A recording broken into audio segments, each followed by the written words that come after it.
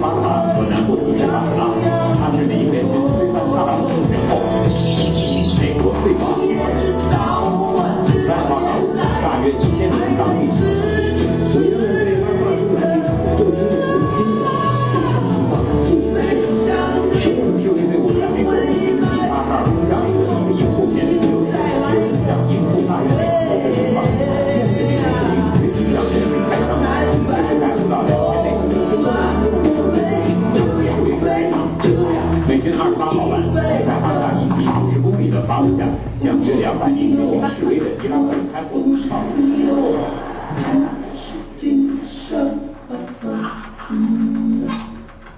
欢迎大家来到我们中国茶具第36次活动。Welcome everybody. Good evening. 今天是一个电影的鉴赏会，也就是说，我们今天会先看一个短片，然后呢，再和这个短片的制作人，这个 producer 他的名字叫 Matthew Barsavage 先生，跟我们进行一个对话。然后 after screening we will host a panel. You can talk about this film with the producer, and you have a question, welcome to ask him. 所以说我们今天的活动比较自由，比较轻松。那如果说你有任何问题的话，都可以在我们看完电影之后呢，直接和 Matthew 他进行一个交流，或者说大家有些其他的相关的类型的话题，也可以进行相互之间的交流。那如果有需要的话，我们先做一个游戏，让大家相互认识一下。So let's start with an ice-breaking game. It's give you an opportunity to introduce yourself to the people around you, in the front, in the back, and right side or left side. Or you can ask a question. What's your name? Where you're from? Why you come here tonight to join this event? What's your question to this film? Or do you have any experience of producing any film before, or whatever you want to ask? So then we will pick up one or two people to stand up and give us a brief summary of the introducing process part. OK? 所以说你可以跟前后左右的大家在一起可以聊天，问问他们叫什么名字，从哪里来。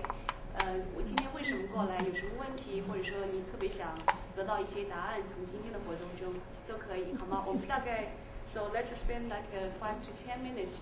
Introduce yourself to the other people around you. 好，我们现在开始5分钟到10分钟的时间，好吗？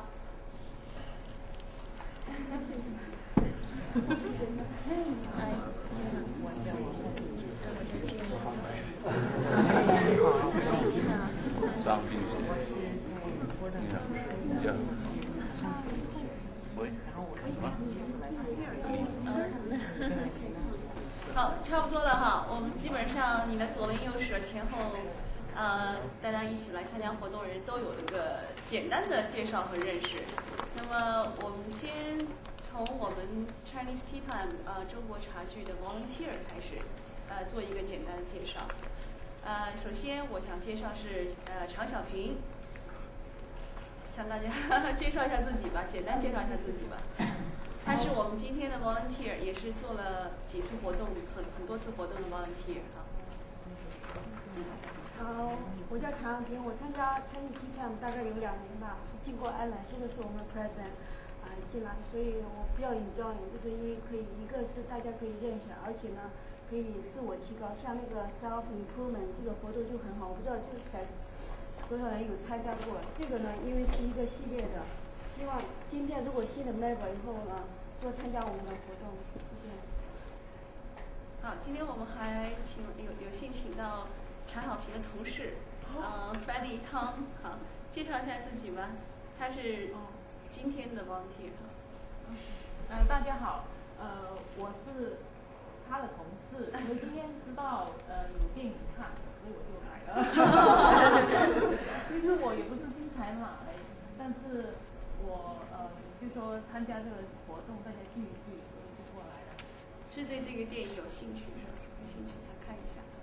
好，那还有就是在我们摄像的 Alan 陈亚伦。嗨，大家好，我叫陈亚伦，在柏林毕业，现在做 IT 方面的工作，参加茶具有2年了，欢迎大家来。我叫李阳，我是今天的 host。那么主要是因为我请来了我的朋友，Matthew， 他的一个电影是在今年的Tribeca Film Festival， 他参加的是一个叫 Short Feature session， Short Feature session， 对吧？上网了。然后他有兴趣向我们中国的观众，在纽约的中国观众，简单的就是介绍一下他这个电影的制作过程，以及他放映的一个情况。那么我觉得挺有意思，是因为他这个主题是跟前2年中国当时爆发了一种名叫 SARS 的病毒，然后我们在这边所有的人就是谈 SARS 色变，很可怕，然后大家都没有回去，那段时间我也没有回去。那但是我非常想了解在那段时间大家中国在那边生活的一些状况。那么他正好碰巧是想去拜会他的太太的家人，然后在那边很不幸的是碰上了这样的事情。那不是说为了去赶那场这么恐怖的一个病毒爆发这么一个时期而特地去中国，只是说碰巧在那边发生了这样的事情。那么他是一个应该说是个职业自由艺术家，那所以说他身边会经常带着一个摄像机，也就是说他做的大多数作品，据我所了解都是 documentary， 我们讲的就是纪录片性质的，而且是个人拍摄的纪录片性质的作品。所以说等一下我们会有机会进行这个观看哈。那么现在通过刚才的介绍，有没有人在座愿意介绍一下你周围的刚刚认识的朋友呢？没记住名字。没有记住名字，因为我是第一次来。哦，您是第一次。那么在座有多少人是第一次来的？我自我介绍可以吗？好，可以，行，我们欢迎。我是唯一的白头发，可能不是，起码我太太还是有白头发。这个也有白头发。这后来一看这么年轻，可能哎呀，行不行啊？没有关系。没有关系，我就说，我是报上看了这个消息，我就来了。为什么呢？一个想看电影。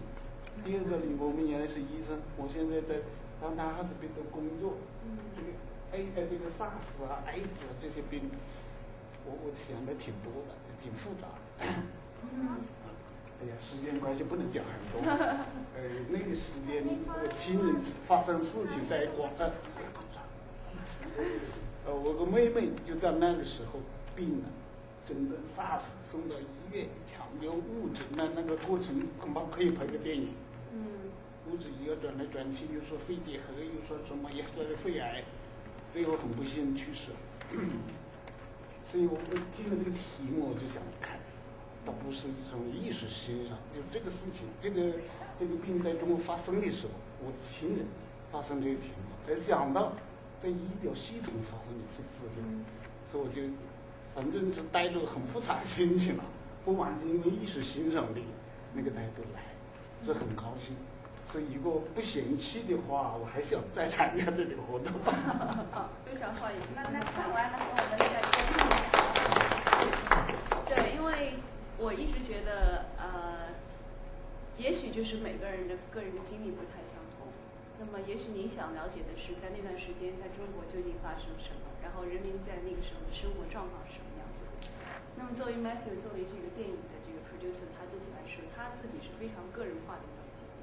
非常个人化，他也许就是说，当时是带着一个想拜会他家里人、讲太太的那个家里人这样一个很虔诚的心情，这样去中国，然后不幸碰到这样的事情，所以说他可能展现的是一个非常个人化的那段经历。等一下我们可以欣赏到。还有吗？有没有介绍一下自己，或者说介绍一下你刚才认识的周围的人？好，你请。我叫王彩云，我现在是在 Vermont 一个学校读 master， 然后来纽约刚刚1个月，然后在那个联合国总部实习。SARS 爆发的时候呢，我正好在北京，是03年5月份开始的，到现在已经3年过去了，然后亲身经历了所有整个前后SARS 带来的一个恐怖已经结束以后的，就是整个人心里面的那种就是拼劲啊。待会儿看完电影之后呢，如果是要想就是愿意跟我探讨呀，或者有些问题的话，可以回答。对，我们可以在就是观看影片之后，如果说您有感兴趣的话题，大家可以组成不同的小组，我们有不同的话题带起一个不同的小组讨论，好吗？谢谢。那行，那我们现在先请Matthew 来给我们介绍一下这个电影的背景故事，简单介绍一下，我们欢迎。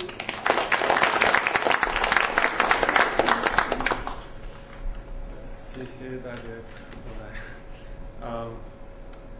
我不知道你们都说中文，我觉得我的中文可能不够好介绍这个片子。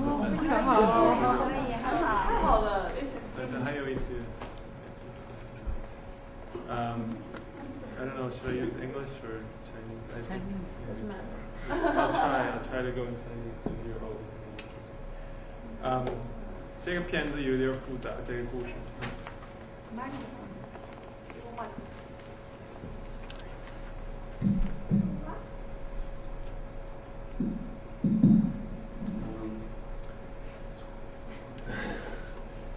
我就是说这个片子有点，这个故事有点复杂，而且就全部都是英文差不多，除非这些背景的声音，但是配音的都是英文配音，都是我自己配音。一开始我就是去中国那次，就是参加一个艺术工作室类似的活动，我是在那个杭州那个美院，他们那个美术学院在那边，就是做老师，也是做自己的作品在那边。然后当时我父亲、我太太，他去了看他的那个家里的人，他奶奶，主要的是他的奶奶在邯郸，然后那个时候大家都是说这个非典，但是中国的政府没有就是面对这个事情，他们没有就是那个其他的国家都是说这个事情，但是中国的政府还是没有做什么事情，还没有动手，所以我就去那个邯郸看他的那个奶奶，就从来没有见他的奶奶，然后这个故事就是开始，那个时候中国政府就是开始控制这个情况，而且这个情况就是越来越严重。我就不多说，我就给你们看。但是这个算一个实验性类似的一个片子。我做的就是我是有一个艺术的背景，但是我学过艺术，我也是经常做展览什么的，所以我只是算一个录像一个作品，就没有想到就是做一个电影，就是一个 movie。但是我也是在这个电影行业的工作，我就是平时做编辑，我是那个 editor， 就是做后期，也是做制片，也是做导演，什么都做。但是我的工作，我挣钱的办法就是做这个工作，所以这个就是算我独立的一个片子。我也做过好多的别的，但是这个就是有小微的那个成功，就参加这个 Tribeca。我不多说，我就伊拉克首都巴塔和南部城市巴格拉，他是美英联军推翻萨达姆政权后，美国最高领导人。在巴格拉，大约1000名当地居民。有人对阿萨斯来进行对军的攻击，情况进行平衡示威队伍在美国以阿萨尔空降的一个营户前进流血，有人向营户大院内投掷释放，面对这些示威随即向人民开枪，这是感受到2天内美军28号晚在巴塔以西50公里的法鲁加，向约200名进行示威的伊拉克人开火。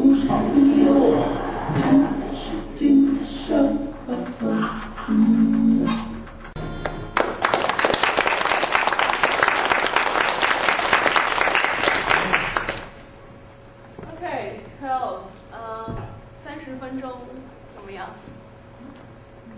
视觉上的这个有没有感受到一些冲击？我的问题我有一个问题，为什么你用2个 window？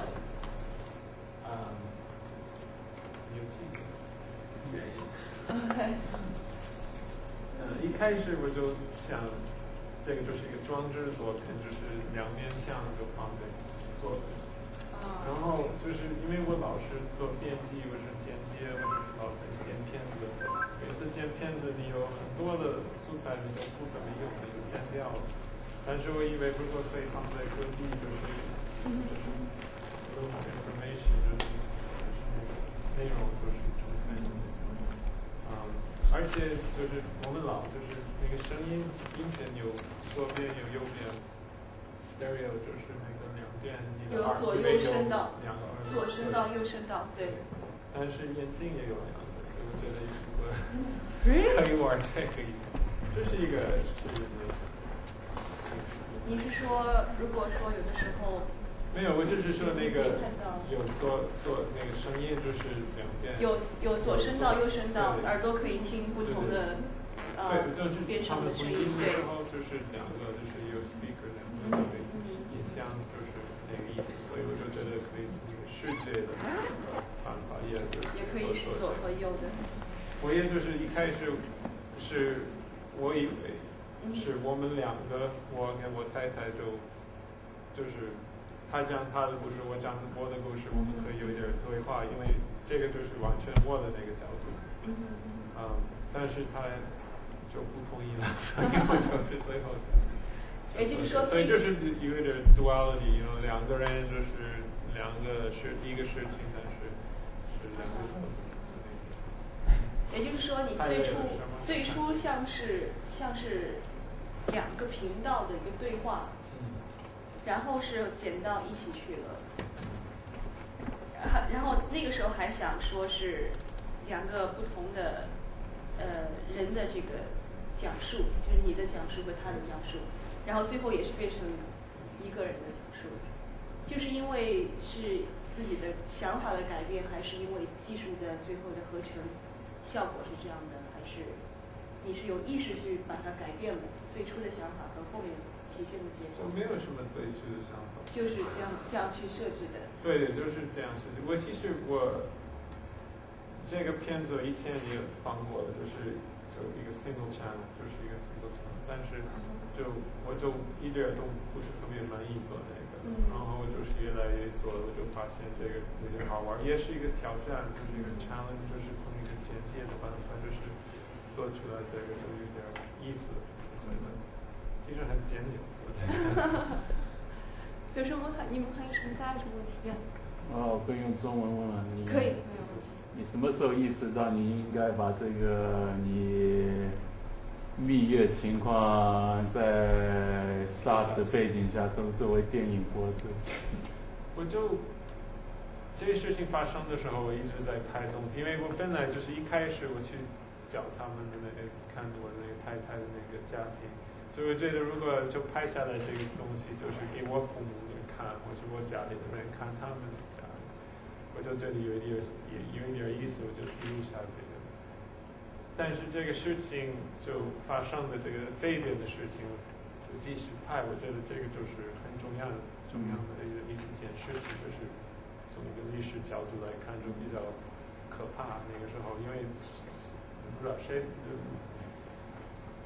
大家都没有想法，这个会变成怎么样，就大家都有点害怕，有点担心这个事情，所以我就一直在拍。我觉得有点意思。从一个视觉的一个角度来看，他们都戴着这个口罩，我觉得挺有意思的。你作为一个导演，你拍电影，我这个怎么说是一个 impromptu documentary， 然后就是跟着这个感觉走，就继续拍吧。那个我就是拍完了以后，我就有很多的素材，所以说就应该做一个做出来。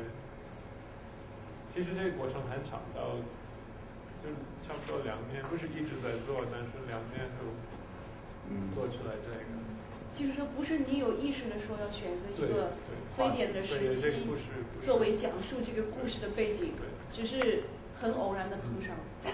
但是我就觉得，因为那个时候我跟我太太，我们就结婚的时候没有什么婚，就是我们在这边就City Hall结了婚，就是为了一个绿卡这个类似的关系，所以我们没有做出来一个真正的一个婚礼，所以我们去那边，我们就一直想拍那些婚纱那个照片，所以我觉得这个跟这个非典的背景就混在一起，我觉得有点意思，有点那个超现实的那个感觉。我很喜欢拍叫电影和叫生活的实流好几遍。我的感受的就是，对，如果我买票去看，我就看，而且看了我就物有所值，物超所值，因为这就是现实生活的意义。没有哪个人说要传递一个信息，是政治信息，或者是什么什么，有个人想好的主题，你给我拍一张，不是，就生活发生这样事情。我看了要我讲感受，我就会讲很多题目，这都会看的，就是他留下的这样的真实。我觉得这个他首先是很真实，对，他选择的这个拍摄的一个方式就是一个纪录片的方式。因为我们电影可以分很多种，有这个叙事体的，也有写意的，有我们当时经过这个艺术创作、艺术修改或者怎么样。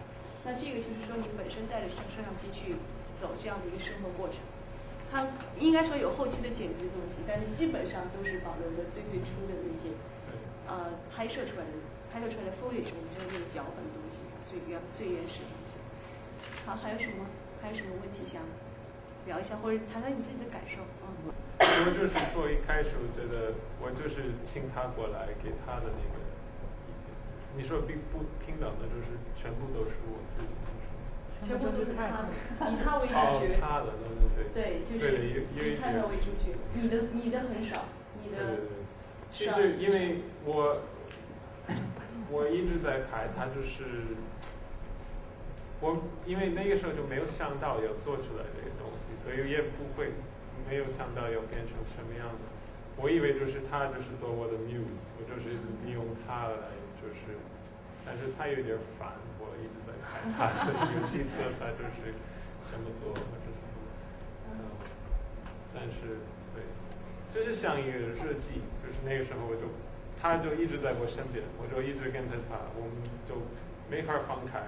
所以我就会可以拍到他。那你太太不会觉得这种反感吗？他很反感。这摄像头在你们之间就好像有第三者在那里。就是所有的那些他拍我的素材，我就全部都用了，因为我也觉得太少了，但是他就没有怎么拍我。我想问我们怎么样选那些音乐？音乐的现在很有意思，有中国的舞曲，然后有邓丽君的，然后还有后来的一些 rock， 对，比较有意思，你可能会知道中国乐队。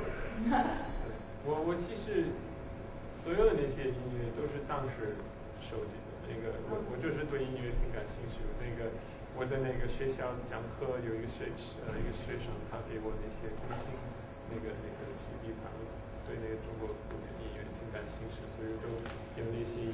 然后那个 punk 类似的音乐，邓丽君我就老是喜欢她，她特别甜，我就是那个气色，我觉得挺好玩的，而且有点适合那些镜头，我觉得挺好。然后那个有一个那个 punk 那个音乐队叫 Hang on the Box， 挂在盒子上都是女的唱的，都是北京的，也挺我觉得适合这个。但是我有一个朋友，就是他做顾问，他就是推荐一些，就是那最后那首歌是他推荐。有没有其他人在你的这个创作过程中给过你帮助？很少，对，没就是做后期的那个，我见完了以后做婚姻，做这个，做那个，做 online editing，就是我就是应该找人，但是都是我自己的手来做的，其实。就不是一个很大的一个片子，很小的一个片子。我在那个 Tribeca 放的这个片子，因为是30分钟，是算一个短片，所以有另外一个片子跟这个一起放的。就每次看这个片子也要看那个另外一个片子。因为是一个 program， 对。放的时候给你多久？一共是给你多久？就30分。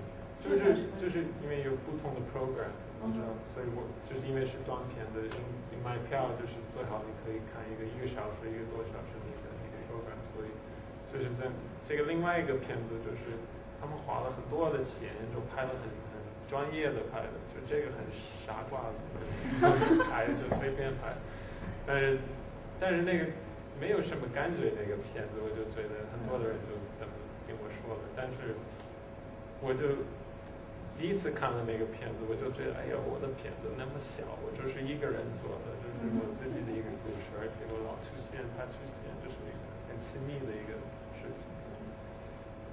但是我觉得作为一个电影，就小一点，好玩的，看的。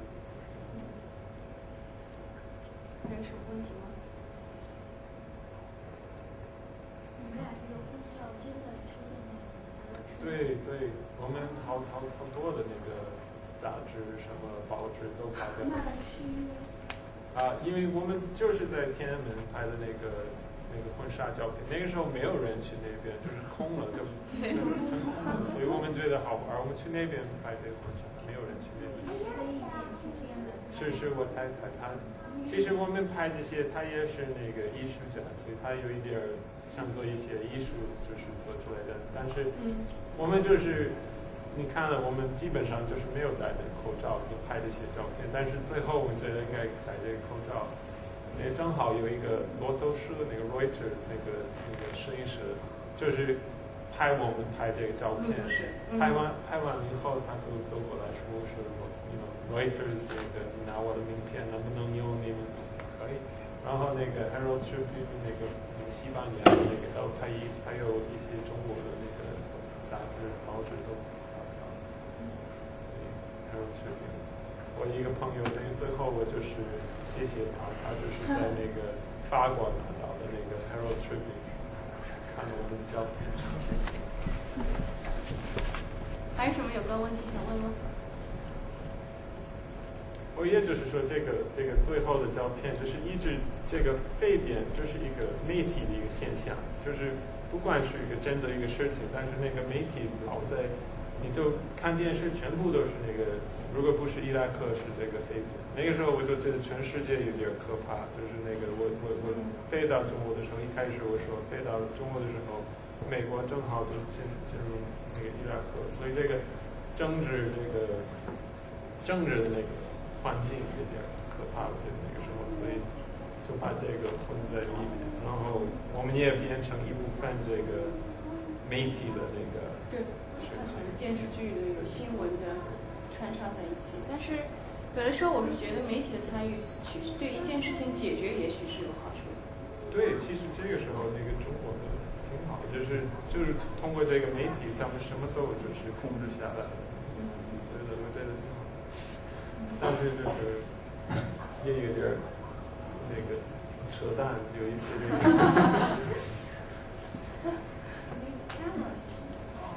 camera 很小的那个，就是叫 PC100，it's like a tiny little Sony one chip， 而且有很多的那个数码的那个照片。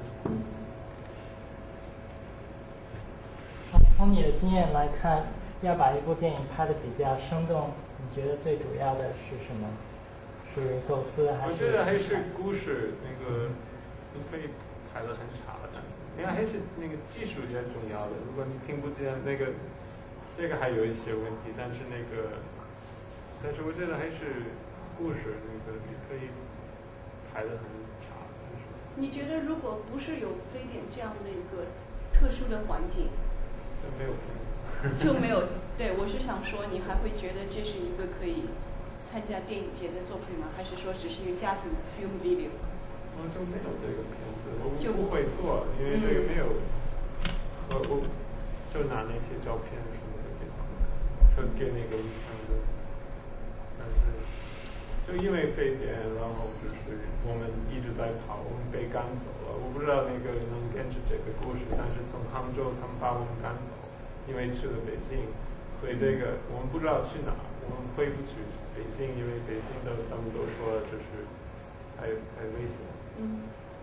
而且我们还有很长时间等我们的飞机票的时间，我们改不了我们的飞机票，所以我们一直在跑，就不知道跑到哪儿，就很无聊。而且所有的那个饭店什么那个宾馆都关门了，朋友也不想就是欢迎我们去上海那个时候，他有点拒绝我们，因为去了北京，他们都以为我们感染了，而且他就开始咳嗽，就是那个非典的一个 symptom 就是那个。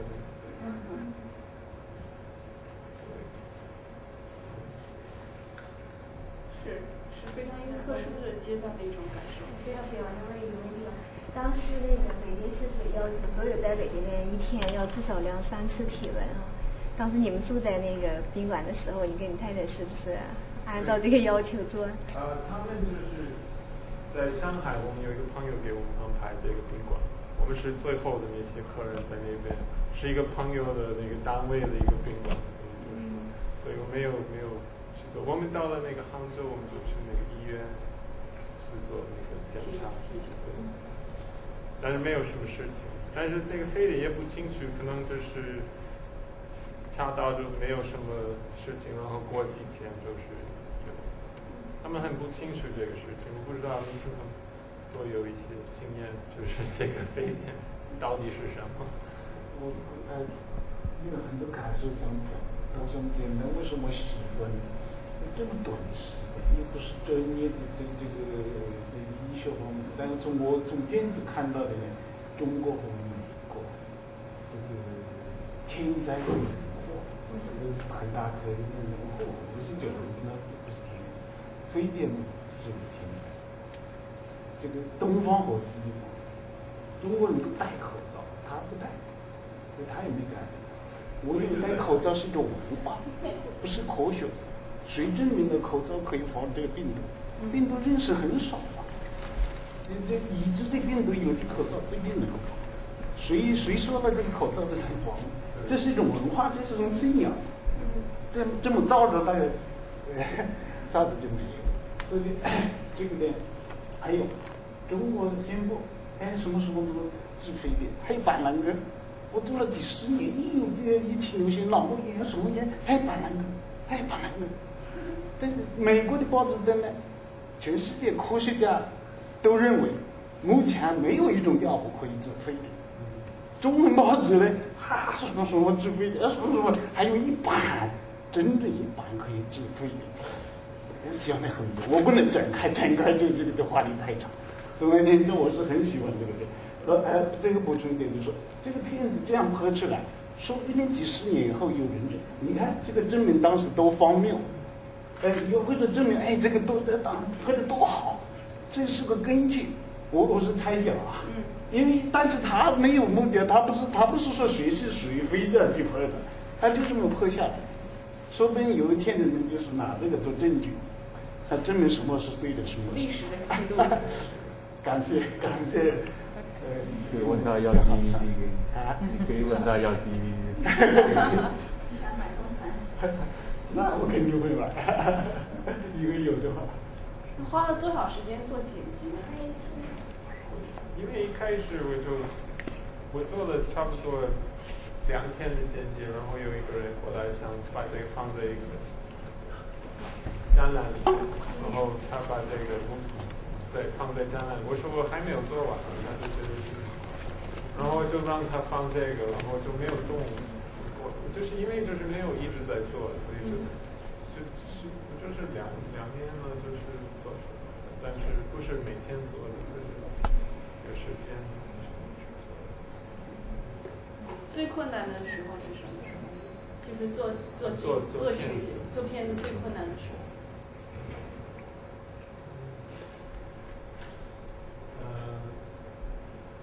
我觉得就是那个最后就为了做这个电影节，我就是很快就是你做完片子以后，就是你剪完以后，他们有一个过程叫 online， 就是把这个你剪的东西，就是变成那个他们邀请那个高清那个 HD 那个放那个 HD， 现在是那个形式都是 HD 放的东西，所以你就是应该重新做出来这个片子。所以我就是把每一个镜头就是再做每一个那个 edit， 每一次你剪的东西就是再做一遍。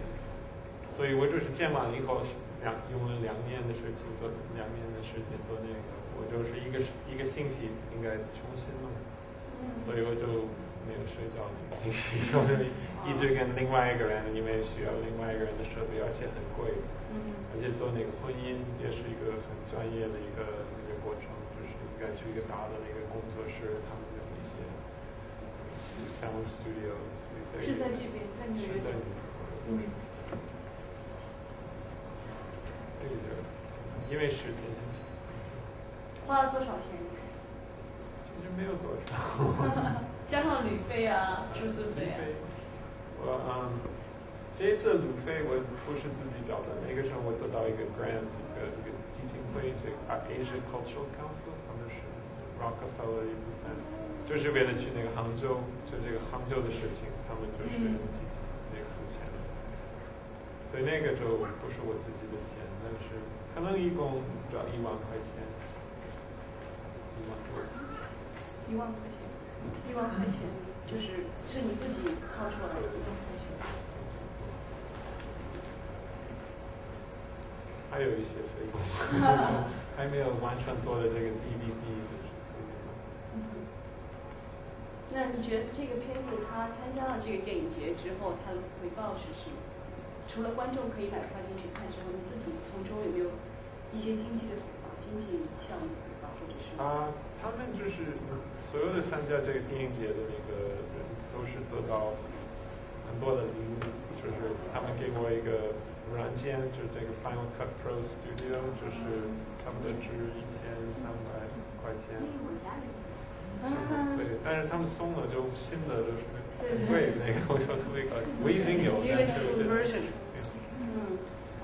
还有一些其他的，然后有一个人想代理这个片子，就是这样的好处，但是这个还没有。我们茶队有好几个会员也对这个电影制作很感兴趣，你能不能讲一讲，就是说，哪些步骤，就是说从什么地方开始，然后，就是怎么样能够慢慢的学好这个拍电影这一种技术吧？我大部分我做的片子什么的都是就是记录类似的，所以记录我觉得你应该就是找一个有意思的一个 subject， 我觉得那个是最重要的。那个做一个虚构的一个片子，我觉得你也应该先写那个剧本，然后就是这2个不同的那个过程，我觉得。但是我觉得他们有一个比赛，我就是最近参加这个比赛叫 Midnight Run， 他们就是给你就是一个，他们给很多的人一个题目，然后24个小时之内应该写剧本、拍电影，应该剪电影，应该那个做音乐，如果你要做音乐，然后那个输出来这个电影，就是参加这个电影节。我觉得，如果你有兴趣做一个片子，我觉得这个是最好的办法，就是学习做电影，因为只有24个小时做出来的。但是有很多的那个steps， 先写一个剧本，然后那个每个镜头应该能清楚，就是你要有一个叫那个 storyboard， 你就可以画出来，要从这边剪到这边，然后第2个镜头开始了，从哪开始了，就是每一个镜头你就可以画出来一个小的一个插图。请问你用的什么样的那个摄像机？我刚说的这个，我就用那个小的那个 PC 100。They don't think they make them anymore， 就是现在就是 PC 150或是什么的，但是那个时候我觉得挺好的一个机器，就是那个是一个 chip， 一般那些数码的都有3个那个chip 叫什么的，但是就是质量好一点，但是这个我觉得为了一个小的一个机器的质量挺好的。3CD。我觉得你的电影剪接的特别好，而且剪接很快，反正有很多的信息可以吸收。那个是你自己剪接，就是说用什么方式来剪接的呢？我一开始我跟你说，我就是剪出来一个 single channel， 就是一个屏幕的，就是做的，所以我就是用那个，然后把那个缩小，然后在隔壁就是做另外一个，然后把那个最初的也剪的，就是听。那是不是要花很多功夫啊？对，很多时间。对，很多的时间。一帧一帧走，一个 frame 一个 frame。差不多了，不是，但是每个镜头就是最长的可能是3秒钟，所以就是很快了，就是每一个就是应该跟那个隔壁的有一些联系什么的，但是那个在这个软件里边，你可以把一个缩小，然后有2个那个 video 刀，一个在一个的上边，然后你可以把一个放在右边做，你可以放很多其实。这个刚刚开的时候，如果你最初开始的时候就准备双屏的话，你可不可以同步剪？这样同步剪的话，比如说有一部分你觉得要还是不要，你可以放在另一边。同步剪的话，可以同步剪。对，它有好有好我知道可以一个屏。对。但是你的是一个屏剪完了以后才剪的第2个屏加进去。不是完全那样，我就是一开始我建了一个大概的，但是就是差不多到了那个。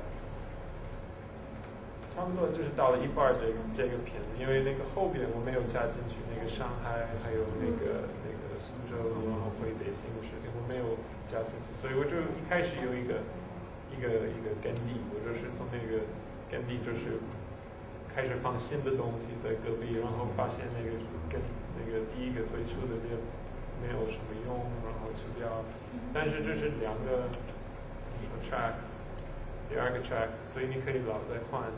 而且，如果你用那个，如果你的那个电脑好一点，你不用 render， 你知道那个 render， 你就不用 render 出来，所以你可以就是放的时候你就知道这个效果会怎么样，所以比较容易。就可以看得见它的对那个 preview。对。它的话比较那个 friendly use， 对，上手比较好。对，他们送给我，我就这是你最大的推广。L 有一个。你在用什么机器？这个是 HD。this is Panasonic 100B 100B。P。No B DVX 100B。The 24. Yeah, you can do 24. That's a good camera. That's I think the best kind of like for like 2000 or something. It's like I haven't tried the 24 yet. I shoot mostly regular speed. Yeah, the 24 is nice. Yeah. How long does it take you to learn Chinese? I'm still learning. You're pretty good. Yeah. I lived there for like 4.5 years. Oh, okay. Like, so, yeah, basically. Now we just come back from China. Oh yeah. We shoot a lot of video, but no SARS. No SARS. It's funny, people forgot about it. SARS, when was that? Yeah. I forgot about that. That's long. Yeah. And also, when you shoot this, you build a script. 这个我就是开始做配音，我 script 我也一直做，这个就是像一个那个怎么说一个日记，journal documentary 对纪录片。对，但是我就是做这个配音，我就觉得应该做一个稍微就是亲密的，像一个日记的，因为我一直在写下来所有的这个事情，对不对？然后那个很多的journal的事情，我就是用那个写这个 script。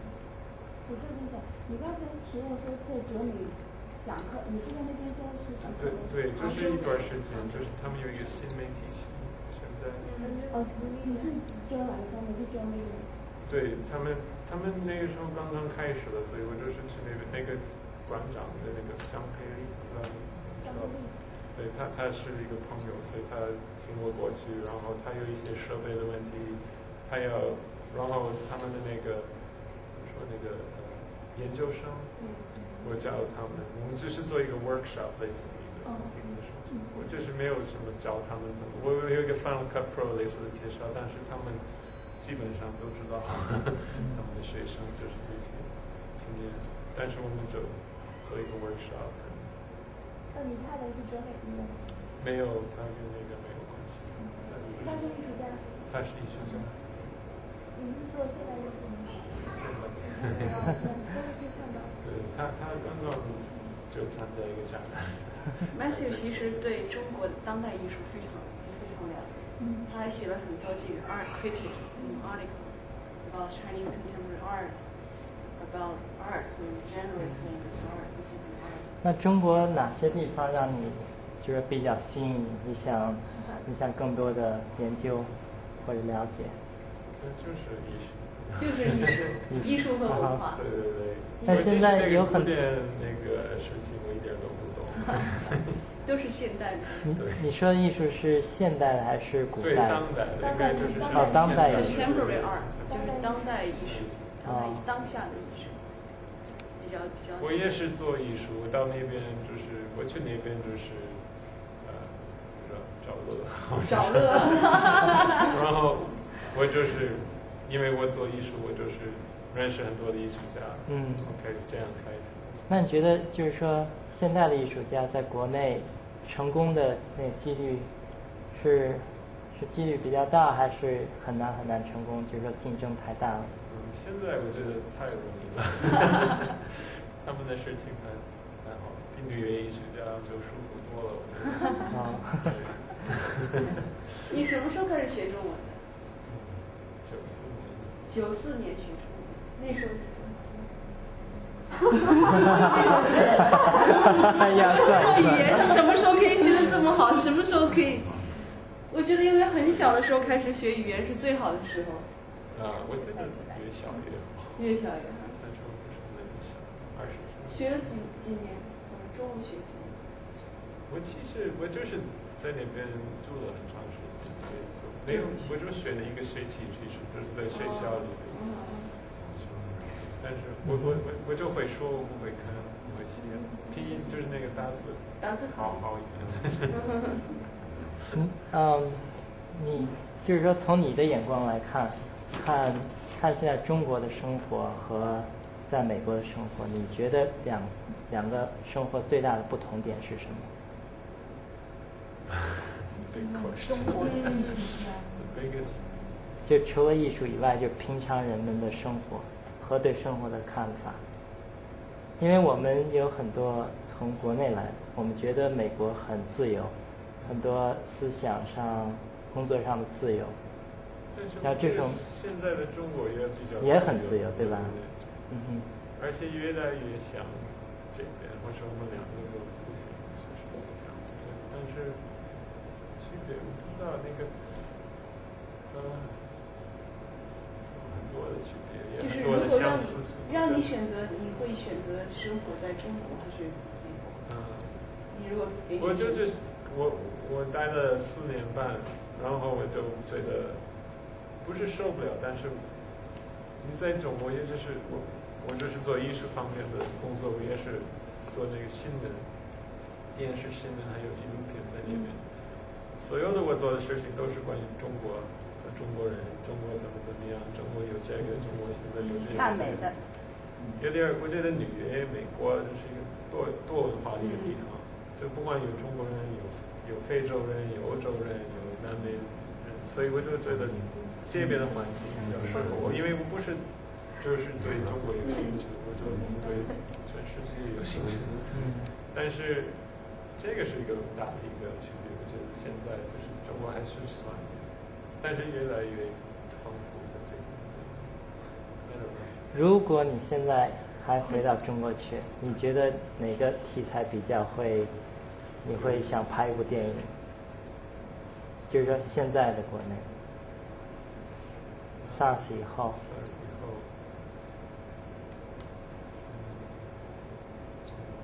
你刚才跟我说你是拍退休的人。对，不是我拍的，我就是刚做一个片子，我就剪了一个片子，就是关于那个上海的那退休的人。